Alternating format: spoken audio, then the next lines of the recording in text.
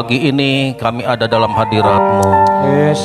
menikmati segala kebaikan-Mu ya Bapa. Amin. Itu sebabnya berbicaralah bagi setiap kami Tuhan. Kami menyediakan seluruh hidup kami Yes. untuk diisi oleh kebenaran-kebenaran firman-Mu. Amin. Urapi kami sekalian, urapi hamba-Mu pagi ini. Jadikan alat kemuliaan di tangan Tuhan. Sampaikan apa yang menjadi isi hati Tuhan bagi setiap kami umat-umat-Mu, Amin. sehingga hidup kami semakin hari semakin meningkat, semakin hari semakin diberkati oleh Tuhan. Haleluya. Terima kasih Bapa, Roh Kudus mengambil alih semua ini. Di dalam nama Tuhan Yesus Kristus kami berdoa, mengucap syukur kepadamu saat ini. Haleluya. Sama-sama katakan amin. Saya akan menyapa bagi Bapak Ibu Saudara yang ada di tempat ini, juga bagi Bapak Ibu Saudara yang ada di rumah masing-masing. Salam. Saya berdoa kiranya kerajaan Allah akan turun di tengah-tengah keluarga kita masing-masing pada hari ini. Saudara-saudara, minggu yang lalu kita baru saja memperingati Pentakosta atau pencurahan Roh Kudus secara luar biasa, baik bagi pribadi kita masing-masing, baik juga bagi setiap keluarga kita masing-masing. Dengan pencurahan Roh Kudus sebagaimana yang dijanjikan Bapa, maka saya percaya setiap kita dan keluarga akan mengalami hal-hal baru bersama-sama dengan Tuhan. Ada hal-hal besar, ada hal-hal yang khusus yang Bapa janjikan untuk kita nikmati di dalam hidup kita, bahkan di keluarga kita masing-masing. Hari ini kita akan belajar bersama-sama tentang firman Tuhan dengan tema harmonisasi pelayanan dan keluarga. Saudara-saudara, kalau kita berbicara tentang kata harmonisasi, itu berarti adalah keselarasan atau keseimbangan antara pelayanan dan keluarga. Artinya bahwa kita harus melibatkan keluarga kita dalam pelayanan yang kita kerjakan atau pelayanan yang kita lakukan. Juga kita harus melakukan pelayanan di dalam keluarga kita masing-masing, sehingga terjadi kata harmonisasi ini antara pelayanan dan keluarga. Karena kita tahu ketika tidak terjadi harmonisasi antara pelayanan dan keluarga kita, maka akan memunculkan persoalan-persoalan yang akan kita hadapi di dalam hidup kita masing-masing. Seseorang yang dipakai Tuhan, diurapi Tuhan, pelayanannya dahsyat, tetapi kurang terjadi keselarasan dan keseimbangan antara pelayanan dan keluarga, maka akan muncul masalah dalam keluarganya. Sehingga pelayanan yang begitu hebat, pelayanan yang sangat diurapi, akan terganggu secara otomatis. Sebaliknya juga saudara, kalau orang tidak melibatkan keluarganya untuk ikut dalam pelayanan Tuhan, ini permasalahan muncul. Akan banyak masalah terjadi. Sehingga seharusnya adalah kita harus menciptakan harmonisasi antara pelayanan dan keluarga kita masing-masing. Sehingga kita harus melibatkan seluruh anggota keluarga kita ikut dalam pelayanan yang kita lakukan. Minimal keluarga kita mendukung apa yang kita lakukan, apa yang kita kerjakan. Menurut saya adalah ketika kita melayani Tuhan, ketika kita mengerjakan pekerjaan apapun juga dalam hidup kita, ketika keluarga kita mendukung kita, akan memudahkan kita. Pekerjaan-pekerjaan besar, pekerjaan-pekerjaan sulit akan terasa lebih mudah ketika keluarga kita mendukung. Tetapi seandainya saja Pelayanan yang kita kerjakan, keluarga kita tidak mendukung. Ini persoalan berat yang akan kita hadapi bersama-sama. Itu sebabnya pagi ini kita berbicara. Kita belajar bersama-sama tentang harmonisasi antara pelayanan dan keluarga. Kita harus melibatkan keluarga dalam pelayanan, dan kita harus melakukan pelayanan dalam keluarga. Saudara, sesungguhnya adalah pelayanan dasar yang harus kita lakukan dalam keluarga, bukan dalam gereja. Pelayanan itu yang sesungguhnya adalah dasar dari sebuah pelayanan dalam keluarga kita. Saling melayani di sana. Saya pernah katakan bahwa dalam keluarga tidak ada yang namanya bos. Semua melayani. Suami istri melayani, anak-anak melayani. Semuanya. Ciptakan itu. Berbeda dengan perusahaan, saudara. Ada owner, ada pemilik, ada bos. Dalam keluarga tidak ada bos. Semua bersama-sama melayani sesuai dengan fungsinya, sehingga keluarga itu tercipta sebuah harmonisasi antara pelayanan dan keluarga yang kita jalani setiap hari. Saudara-saudara, kita akan membaca Kisah Para Rasul pada pasal yang ke-10. Mulai ayat yang pertama sampai yang ke-9. Kisah Para Rasul pada pasal yang ke-10, mulai ayat yang pertama sampai yang ke-9. Dengan tema perikop adalah Petrus dan Kornelius. Saya akan membacakan ayat yang pertama, Bapak Ibu baca ayat yang kedua. Ayat yang ke-9 kita akan baca sama-sama. Di Kaisaria ada seorang yang bernama Kornelius, seorang perwira pasukan yang disebut pasukan Italia.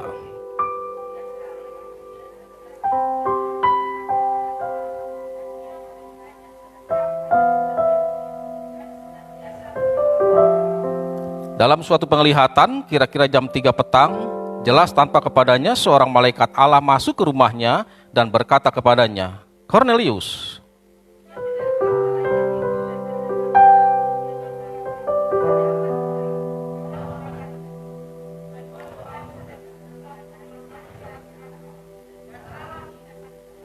Dan sekarang suruhlah beberapa orang ke Yope untuk menjemput seorang yang bernama Simon dan yang disebut Petrus.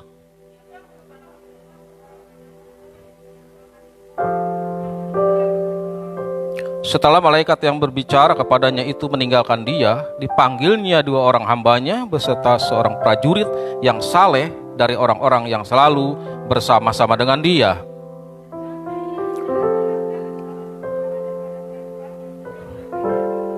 Sama-sama 2-3. Keesokan harinya, ketika ketiga orang itu berada dalam perjalanan dan sudah dekat kota Yope, kira-kira pukul 12 tengah hari, naiklah Petrus ke atas rumah untuk berdoa. Saya akan bacakan pada ayat 23 sampai 24. Ia mempersilahkan mereka untuk bermalam di situ. Keesokan harinya ia bangun dan berangkat bersama-sama dengan mereka, dan beberapa saudara dari Yope menyertai dia. Dan pada hari berikutnya sampailah mereka di Kaisaria. Kornelius sedang menantikan mereka, dan ia telah memanggil sanak saudaranya dan sahabat-sahabatnya berkumpul. Saudara-saudara, hari ini kita akan belajar dari Kornelius, seorang yang sangat luar biasa sekali, karena Kornelius telah berhasil menciptakan dalam hidupnya sebuah harmonisasi antara pelayanan dan keluarga, bahkan juga pekerjaannya. Kornelius adalah seorang perwira pasukan Itali yang tinggal di Kaisaria. Ia adalah seorang yang saleh dan menjadi teladan dalam hal menerapkan keseimbangan antara pekerjaan atau pelayanan dan juga keluarga. Jadi Kornelius ini adalah seorang yang sukses menurut saya.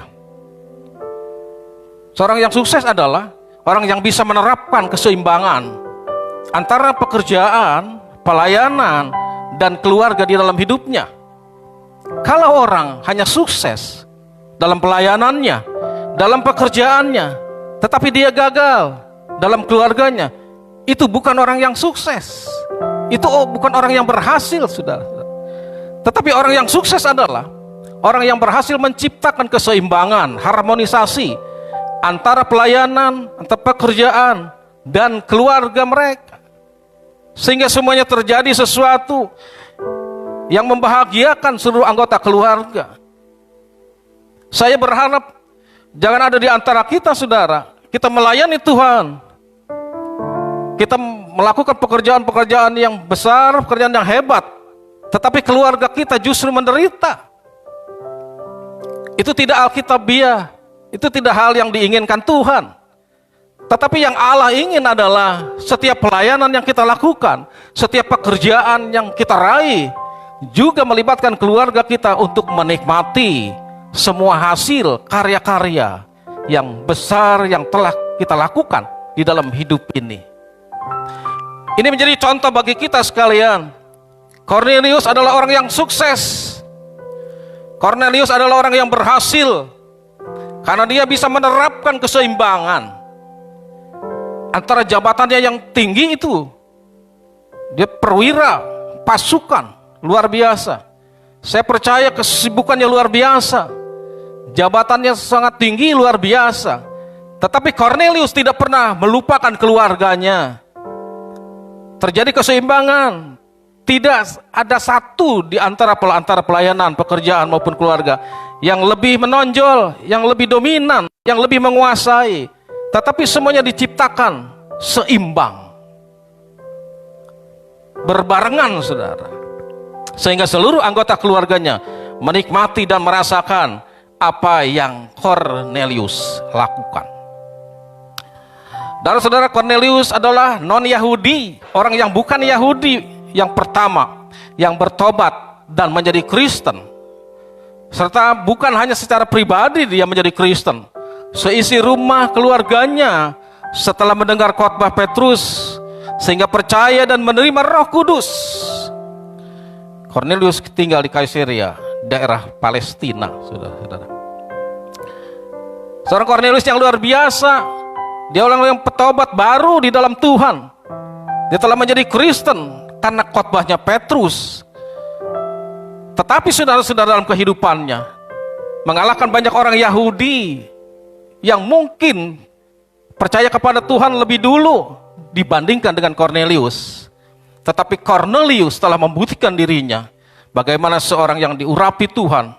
Dia petobat baru, dia menerima kuasa urapan Roh Kudus dan dapat mengubah hidupnya dan dapat menciptakan keseimbangan antara pelayanan, pekerjaan, dan keluarga yang dia jalani. Ketika Cornelius bertobat, maka seluruh keluarganya menjadi percaya kepada Tuhan. Ini yang penting, saudara-saudara. Kita percaya ketika seseorang bertobat dalam keluarganya, maka akan membawa pengaruh yang besar kepada anggota-anggota keluarga yang lain. Sehingga seluruh anggota keluarganya juga boleh percaya kepada Tuhan. Saya percaya Cornelius telah menjadi saksi yang sejati. Bagaimana dia berjumpa dengan Allah secara pribadi sehingga dapat mempengaruhi seluruh anggota keluarganya, baik istri maupun anak-anaknya. Ini yang penting bagi kita renungkan bersama-sama.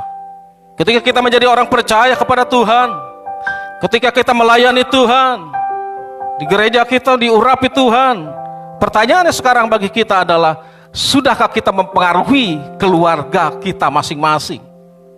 Sudahkah kita hari ini mempengaruhi keluarga besar kita menjadi saksi, menceritakan kebaikan Tuhan yang kita alami, sehingga lewat hidup kita, saudara-saudara, seluruh keluarga, bahkan keluarga besar kita boleh mengenal Tuhan seperti yang dilakukan oleh Cornelius. Saya berharap jangan sampai saudara-saudara kita melayani Tuhan, kita menjadi pelayan Tuhan, kita menjadi umat Tuhan, tetapi di keluarga dan keluarga besar tidak menjadi saksi yang baik, sehingga mereka susah untuk mengenal kepada Yesus. Mereka sulit untuk datang dan percaya kepada Tuhan. Kenapa? Mungkin salah satunya penghambatnya dalam hidup kita tidak menjadi saksi di dalam keluarga kita. Tetapi hari ini saudara-saudara, kita belajar dari Cornelius, seorang yang luar biasa, petopat baru, tapi dapat berpengaruh dalam seluruh keluarga, bahkan keluarga besarnya. Nah, apa saja prinsip-prinsip yang bisa kita pelajari dari kehidupan seorang yang bernama Cornelius ini? Bagian yang pertama adalah Cornelius melayani sesuai karunia. Dalam ayat yang kedua dikatakan, ia saleh, ia serta seisi rumahnya takut akan Allah, dan ia memberi banyak sedekah kepada umat Yahudi dan senantiasa berdoa kepada Allah. Nah, saudara-saudara, Cornelius telah melayani Tuhan sesuai dengan karunia yang Tuhan berikan kepadanya. Cornelius tidak melakukan pelayanan kepada Tuhan yang tidak sesuai dengan karunia yang Tuhan beri kepadanya. Tetapi Cornelius selalu fokus kepada pelayanan yang ia kerjakan sesuai dengan karunia yang Allah berikan. Apa sebenarnya karunia itu? Karunia adalah pemberian Allah atau anugerah Allah yang diberikan kepada seseorang secara cuma-cuma.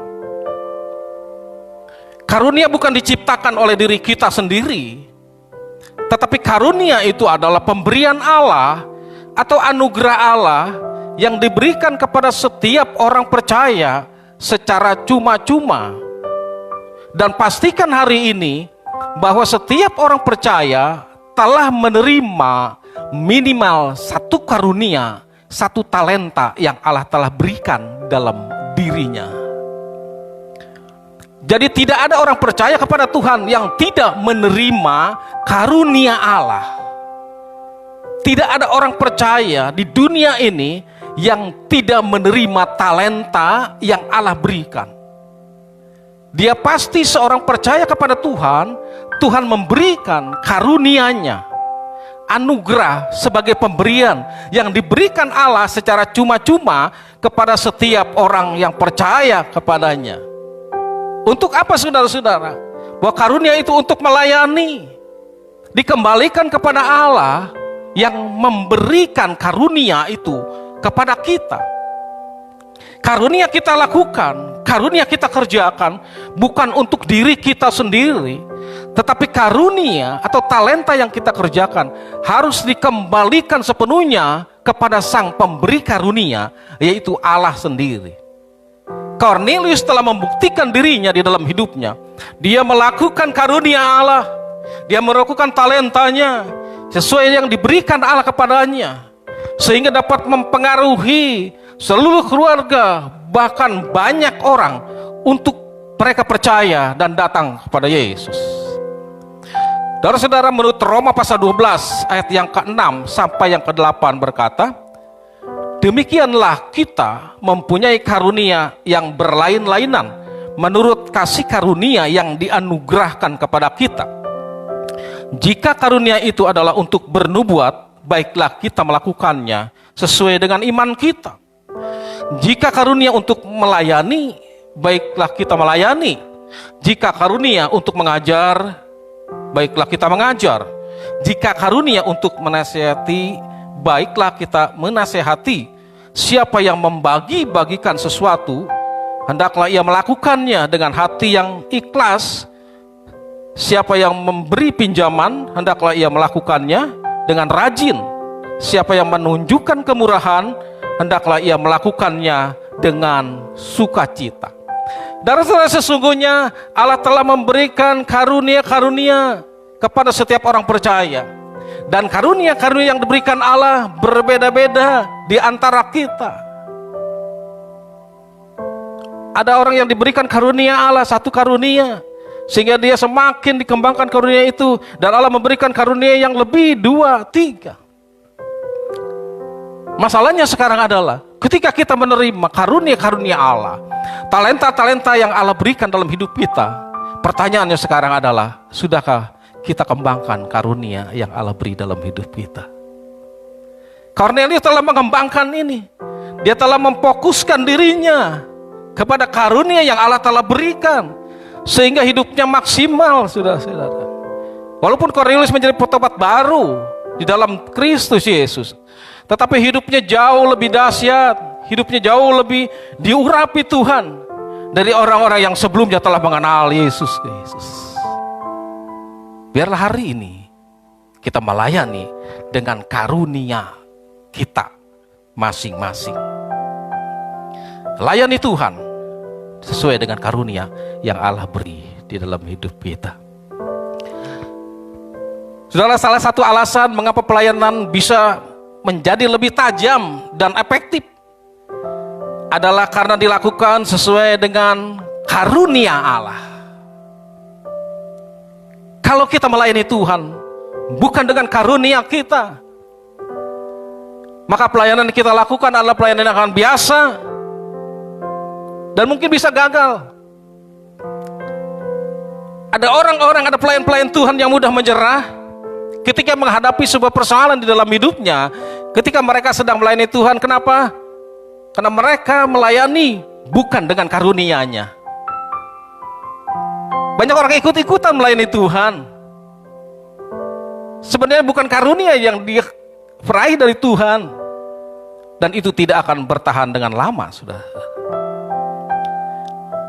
Tetapi pastikan hari ini setiap kita yang ada di tempat ini maupun jemaat Tuhan yang ada di rumah masing-masing, mari kita layani Tuhan dengan karunia kita sendiri.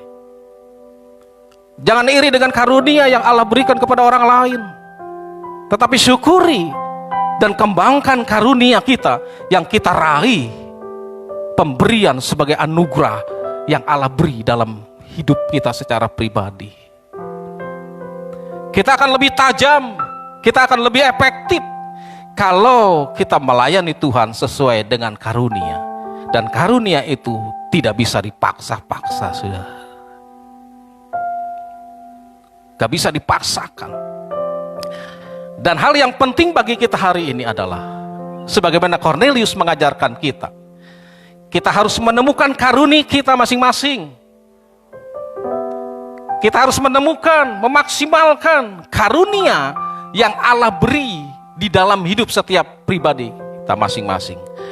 Saya ingin katakan sekali lagi, dan ini sangat penting bagi kita renungkan bersama-sama, bahwa tidak ada satu orang pun, orang percaya kepada Tuhan, yang Tuhan tidak berikan karunia. Saya ingin ulang, ini penting, saudara-saudara. Karena banyak orang percaya nggak menyadari bahwa Tuhan telah memberikan karunia di dalam hidupnya, sehingga hidupnya nggak pernah maksimal, saudara-saudara. Bahwa setiap orang percaya telah diberikan Allah minimal sebuah karunia di dalam hidupnya, dan itu harus dikembangkan sebagai rasa tanggung jawabnya kepada Allah. Dan saudara, kita harus menemukan karunia kita masing-masing di dalam hidup ini. Bagaimana caranya? Ciri-ciri karunia yang kita raih dalam hidup kita, yang diberikan oleh Tuhan itu.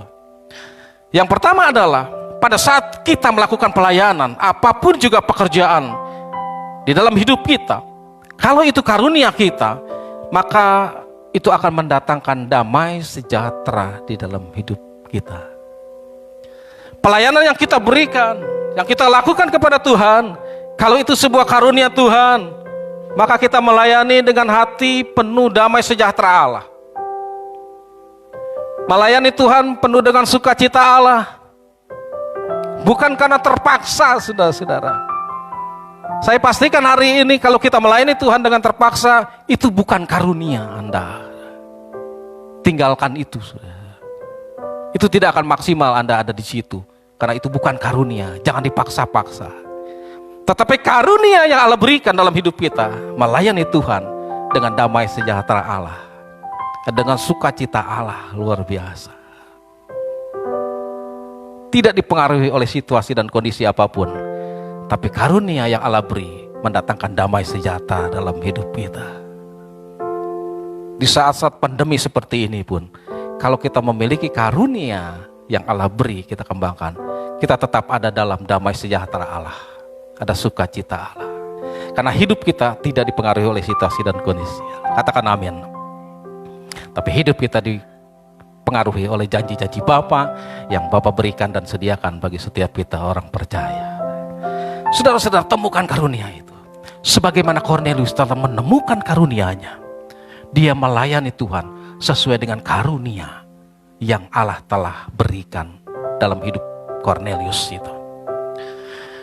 Dan ketika kita melakukan karunia yang Allah berikan, maka itu akan mendatangkan damai sejahtera yang luar biasa. Dan juga menghasilkan buah-buah yang baik dalam hidup kita. Kita akan melihat itu, kita akan menikmati itu dalam hidup kita. Sudah. Minimal secara pribadi kita nikmati itu. Kalau orang belum menikmati buah yang kita lakukan, yang kita hasilkan dalam hidup kita, minimal hidup kita menikmati buah yang kita lakukan dari pelayanan kita. Karena kita melayani Tuhan dengan karunia yang Allah beri. Ini luar biasa sekali, saudara. Kembali kepada Kornelius dan seisi rumahnya, rupanya adalah keluarga yang takut akan Allah. Ia dikenal sebagai orang yang banyak bersedekah kepada umat Yahudi. Karunia kemurahan hati yang dititipkan Tuhan kepadanya digunakan untuk menjadi berkat bagi orang lain. Luar biasa, saudara. Jadi salah satu karunia yang diterima oleh Kornelius adalah kemurahan hati. Dia banyak memberi kepada orang-orang Yahudi, sebenarnya bukan kelompoknya, tetapi dia tetap memberi kepada setiap orang dan menjadi berkat yang besar dimanapun Kornelius berada. Luar biasa sekali. Saudara-saudara, saya percaya orang yang sangat berbahagia dalam hidupnya adalah orang yang menemukan karunia Allah yang Allah beri di dalam hidupnya secara pribadi. Itu sangat membahagiakan. Sebagaimana gambaran dari Kornelius, dia telah menemukan karunia Allah, karunia kemurahan hati. Dia memberi banyak sedekah kepada setiap orang. Bukan hanya kepada bangsanya sendiri, tetapi bangsa-bangsa yang Yahudi juga dia beri. Pada setiap orang yang membutuhkan pertolongannya, dia beri dengan kemurahan hatinya. Kornelius memiliki karunia kemurahan hatinya. Hari ini biarlah kita menemukan sesungguhnya apa karunia dalam hidup kita. Itu harus kita kembangkan, harus kita lakukan sebagai rasa tanggung jawab kita kepada Sang Pemberi karunia, Allah sendiri dalam setiap pribadi lepas pribadi yang ada bagi kita sekalian. Saudara-saudara, inilah sesuatu yang luar biasa. Kalau kita melayani Tuhan dengan karunia kita, saya percaya saudara-saudara, ada buah-buah yang dihasilkan, ada sesuatu yang luar biasa terjadi, ada damai sejahtera Allah. Walaupun mungkin orang belum menikmati itu, tetapi minimal secara pribadi kita menikmati itu. Kita melayani dengan damai sejahtera, dengan sukacita Allah. Saya percaya ada berkat-berkat yang luar biasa yang Allah sediakan bagi kita. Karena kita melayani Tuhan sesuai dengan karunia, bukan dengan dipaksa-paksa, bukan dengan kebiasaan kita untuk melayani Tuhan. Apalagi yang menganggap pelayanan itu adalah beban, saudara-saudara. Pastikan itu bukan karunia dan segera tinggalkan tempat itu. Karena pelayanan bukan beban, tetapi pelayanan adalah penghormatan yang Allah beri bagi kita sekalian. Ini harus kita pahami, saudara.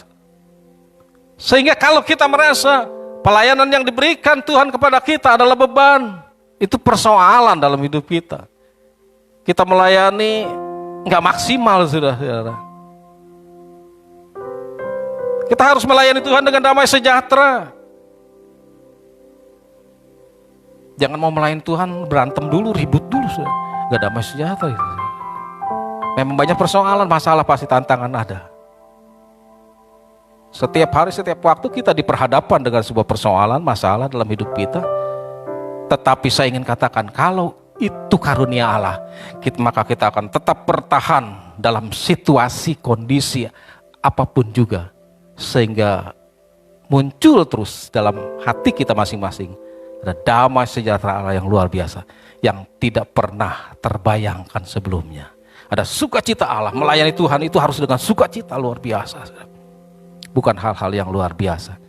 Itu sebabnya setiap kita hari ini, jemaat-jemaat Tuhan, mari kita naik ke tingkat yang lebih tinggi, ke level yang lebih tinggi, untuk menikmati karunia-karunia yang Allah berikan dan sediakan bagi kita sekalian. Dan saudara, yang kedua adalah melihat kehidupan Kornelius ini. Kornelius berhasil membawa orang lain untuk mengenal Tuhan. Dalam ayat 23 dan 24, ia mempersilahkan mereka untuk bermalam di situ. Keesokan harinya ia bangun dan berangkat bersama-sama dengan mereka, dan beberapa saudara dari Yope menyertai dia. Dan pada hari berikutnya sampailah mereka di Kaisarea. Kornelius sedang menantikan mereka, dan ia telah memanggil sanak saudaranya dan sahabat-sahabatnya berkumpul. Dan saudara, rupanya Kornelius bukan hanya melayani dengan karunia-Nya, tetapi yang kedua, Kornelius telah berhasil membawa orang lain, seluruh sanak saudaranya, untuk mengenal secara pribadi siapa Yesus Kristus itu yang dipercayai oleh Kornelius ini. Selain kemurahan hati, Kornelius juga rupanya memiliki kerinduan agar orang lain mendengar Injil Kristus. Itu sebabnya ia mengumpulkan sanak saudara dan sahabat-sahabatnya berkumpul. Ia memberikan kesempatan kepada Petrus untuk berbicara dan menyatakan kebenaran. Dan saudara, kita perlu, kita mengumpulkan, kita berbicara kepada seluruh anggota keluarga kita khususnya. Dan kalau Tuhan izinkan kepada seluruh sanak saudara kita, keluarga besar kita, berbicara tentang apa yang kita alami, tentang kebaikan-kebaikan Tuhan, tentang keselamatan yang kita sudah raih di dalam hidup kita. Ketika kita mengumpulkan sanak saudara kita, ketika kita mengumpulkan orang yang dekat dengan kita, bukan hanya sekedar bicara bisnis, saudara-saudara. Banyak orang salah dan keliru. Mereka mengumpulkan anak menantunya, cucunya, sanak saudaranya, bicaranya bisnis, saudara-saudara. Memang itu tidak salah. Tetapi mencontoh dari Kornelius, berbicaralah Allah tentang Allah, supaya mereka juga percaya kepada Yesus. Mereka boleh beriman kepada Tuhan yang telah menciptakan langit bumi dengan segala isinya. Jangan hanya sekadar bicara bisnis, tetapi yang utama adalah mari bicarakan tentang Tuhan. Baru setelah itu bebas bicarakan tentang segala sesuatu yang kita alami. Saya punya keyakinan, saudara-saudara, kalau kita berbicara yang pertama tentang Yesus, maka Roh Kudus akan bekerja.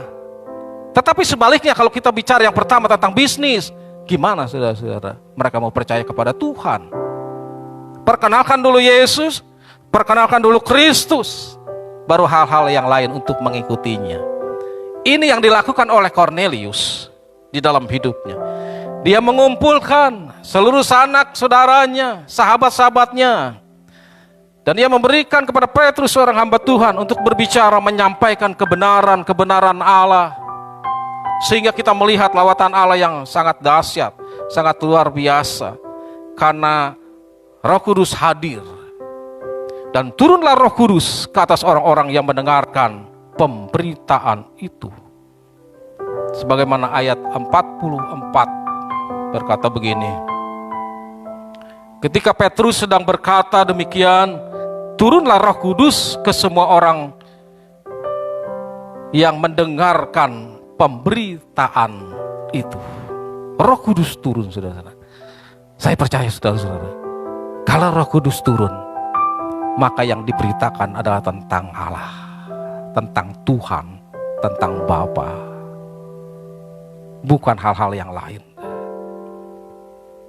Mari hari ini, kalau kita berkumpul dengan keluarga kita, yang pertama adalah beritakan tentang Tuhan. Bicarakan tentang Kristus, tentang Yesus. Bagaimana dia Allah yang hidup, Allah yang berkuasa. Dan izinkan Roh Kudus untuk melawat mereka, sehingga mereka juga boleh percaya kepada Tuhan Yesus Kristus. Saudara-saudara, jika kita tidak bisa menjelaskan Injil, kita bisa mengumpulkan orang-orangnya dan memberi kesempatan kepada orang lain untuk memberitakannya. Luar biasa. Artinya saudara-saudara, kalau dengan keterbatasan kita, mungkin dengan kemampuan kita, kita belum bisa secara langsung untuk menyampaikan Injil Allah, kebenaran Allah. Kita bisa pakai cara yang lain. Kita kumpulkan sanak saudara kita kumpulkan orang-orang yang dekat dengan kita sharingkan saja kebenaran-kebenaran Allah. Kita sharingkan kepada mereka, kita berikan motivasi kepada mereka, dan kita mendoakan mereka supaya mereka yang menjalankan amanat agung untuk memberitakan Injil Allah dalam hidup mereka. Walaupun mungkin kita tidak secara langsung turun untuk memberitakan Injil Allah, kita bisa memakai seperti yang dilakukan Cornelius. Cornelius tidak bisa mungkin secara langsung untuk menginjil, memberitakan kabar baik itu kepada semua orang. Mereka kumpulkan, Cornelius kumpulkan saudara-saudaranya, sanak pemilihnya. Mulai di briefing, mulai di-sharingkan, mulai diberikan motivasi, mulai diberikan visi-visi yang baik. Dan Cornelius mulai doakan mereka yang menjalankan untuk memberitakan Injil ini. Ini luar biasa, saudara-saudara. Jadi biarlah hari ini kita juga yang kedua kita belajar dari Cornelius. Cornelius bukan hanya sekedar untuk melayani dengan karunia-Nya, tetapi juga Cornelius adalah orang yang membawa orang lain untuk mengenal Tuhan secara pribadi. Biar setiap kita yang ada di tempat ini maupun Bapak Ibu yang ada di rumah masing-masing, ini menjadi kerinduan bagi kita sekalian, bahwa lewat hidup kita juga akan semakin banyak jiwa boleh percaya kepada Tuhan. Kita jangan puas dengan hanya kita sendiri yang menerima anugerah keselamatan yang Tuhan beri. Kita jangan puas ketika keluarga kita, hanya keluarga kita saja yang menerima anugerah keselamatan yang Tuhan beri. Tetapi biarlah hari ini merupakan kerinduan yang besar bagi kita sekalian, bahwa begitu banyak orang hari-hari ini akan menerima anugerah keselamatan yang sama, yang seperti kita raih di dalam hidup ini. Ini menjadi doa kita bersama. Ini menjadi kerinduan kita bersama-sama, bahwa hari-hari ini akan semakin banyak jiwa boleh diselamatkan bagi Tuhan. Begitu banyak orang akan bertobat, mereka akan percaya kepada Yesus Kristus dan menjadikan Yesus sebagai Tuhan dan Juru Selamat di dalam kehidupannya. Saudara-saudara, yang ketiga, yang terakhir, apa yang dilakukan oleh Cornelius ini? Yang ketiga adalah Cornelius memuliakan atau melayani Allah bersama keluarganya. Ini saudara-saudara penting bagi kita sekalian. Melihat karya Roh Kudus dalam kehidupan kerabat dan keluarga membuat mereka kemudian memuliakan Allah. Mereka memberi diri dibaptis dan menyerahkan hidup untuk kemuliaan Tuhan. Pada ayat yang ke-46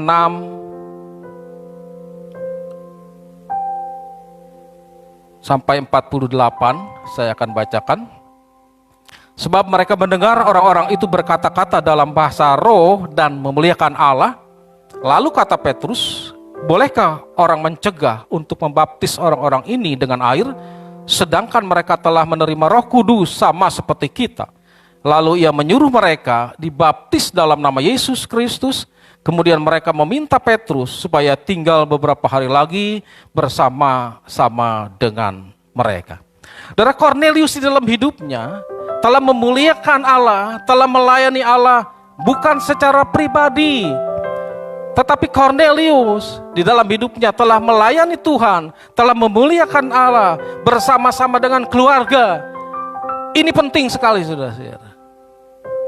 Sehingga Cornelius tadi pada awal pembahasan, saya katakan bahwa Cornelius adalah orang yang bisa menerapkan keseimbangan antara pelayanan, pekerjaan, dan keluarga.